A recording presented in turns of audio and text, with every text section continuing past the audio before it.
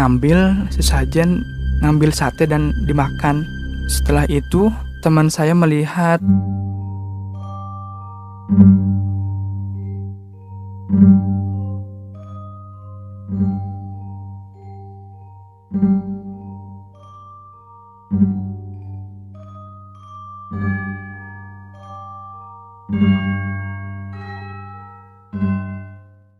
Oke, selamat malam, balik lagi di channel Gagas Agasta dan kali ini kita ditemani dengan Kang Rangga. Kang Rangga ini PPI tahun 2016 dan beliau ini tinggalnya di Desa Sinahaji, Kecamatan Palasa. jadi barangkali ada yang kenal, langsung aja main kesini ya, sekalian silaturahmi. Aktivitas sekarang main aja, Kang? Untuk sekarang aktivitasnya masih belajar sih, Bang. Kursus bahasa Jerman. Nah, karena corona juga jadi belum bisa ikut ujian. Berarti Kang Rangga ini ikut pelatihan bahasa Jerman dan mau berangkat ke Jerman ya, Kang? Berarti di sana tuh Pak kuliah atau kerja dan berapa tahun, Kang? Kerja sambil kuliah cuman 3 tahun, tapi kalau misalkan udah 3 tahun itu bisa lanjut sampai berapa tahun sih, terserah kitanya. Nah, kalau di sana tuh, Kang, berarti kan tadi disebutkan kerja tuh. Kerjanya tuh di bidang apa dan kuliahnya jurusan apa, Kang? Kerja untuk orang Indonesia hanya bisa di 3 bidang, untuk hotel, restoran, sama koki. Dan kuliahnya juga sama sih. Kalau misalkan kita di koki berarti kuliahnya tentang materi perkokian, atau misalkan tentang masakan dan sebagainya. Kalau misalkan di hotel ya sama juga, kuliahnya tentang akan mempelajari bagaimana misalkan di hotel itu harus seperti apa, melayani tamu seperti apa, seperti itu.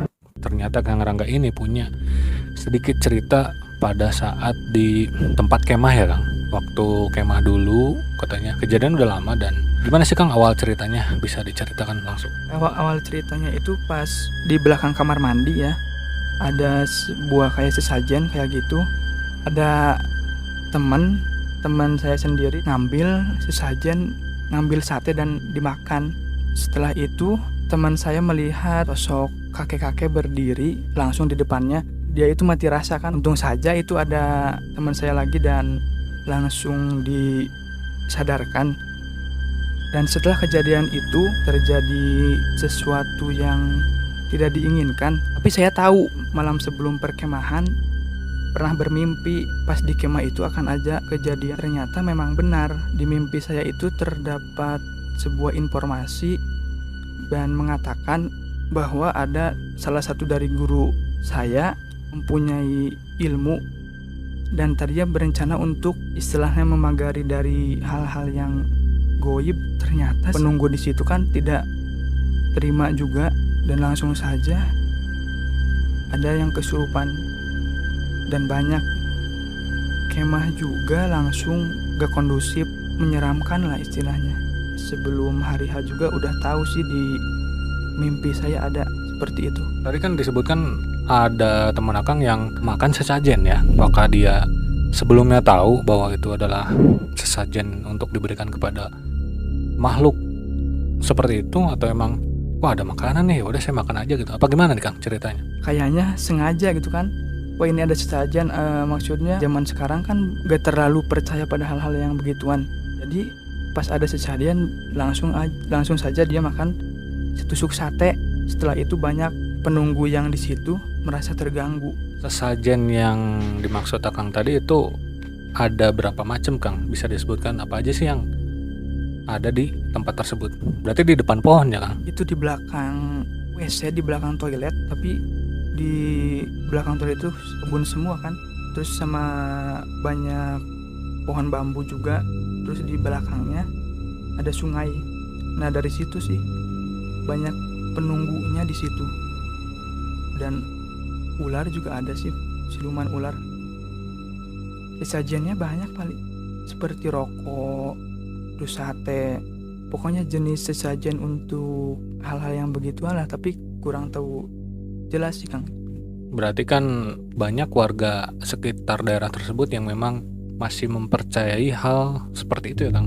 Contohnya kan masih sesajen mungkin untuk kesejahteraan warga sekitar atau hal lain mungkin ya. Nah, itu daerahnya tepatnya di mana Kang waktu Akang kemah dulu? Dan udah berapa tahun itu kejadiannya? Daerahnya itu di Raja Galuh, sekitar 5 tahun ke belakang lah. Yang jadi pertanyaan nih Kang, pas kesurupan massal, siapa yang nanganin tuh Kang waktu di tempat kemah? Kan mungkin dari guru-gurunya juga terbatas tuh. Pas di tempat kemah kan ada juga guru-guru yang mempunyai ilmu, dan tentunya pihak panitia juga kan memanggil kiai sih Kang. Banyak juga kiai yang datang ke situ dan dibantu. Semuanya udah tertangani ya Kang pas ada kiai gitu kan. Kalau cukup guys, kita akan bertanya-tanya tentang pesan-pesan kepada teman-teman di rumah ya, khususnya orang awam yang memang mereka belum tahu gitu, belum tahu makhluk tersebut atau memang ketemu langsung dan merasakan harus seperti apa nih.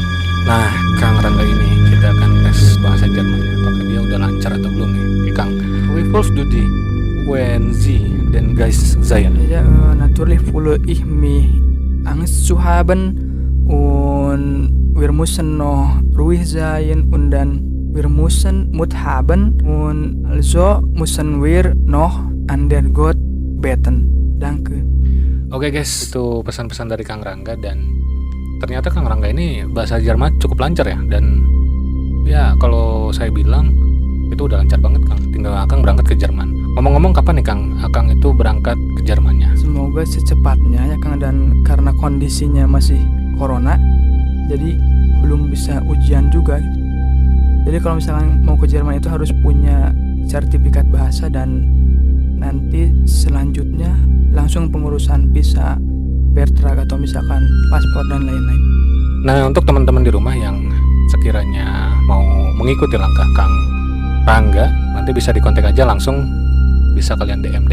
Oke guys, yang belum subscribe di channel ini silahkan subscribe dulu, tombol subscribe-nya dan tombol loncengnya, biar kalau ada notifikasi dari channel ini, videonya bisa langsung diterima di HP teman-teman di rumah.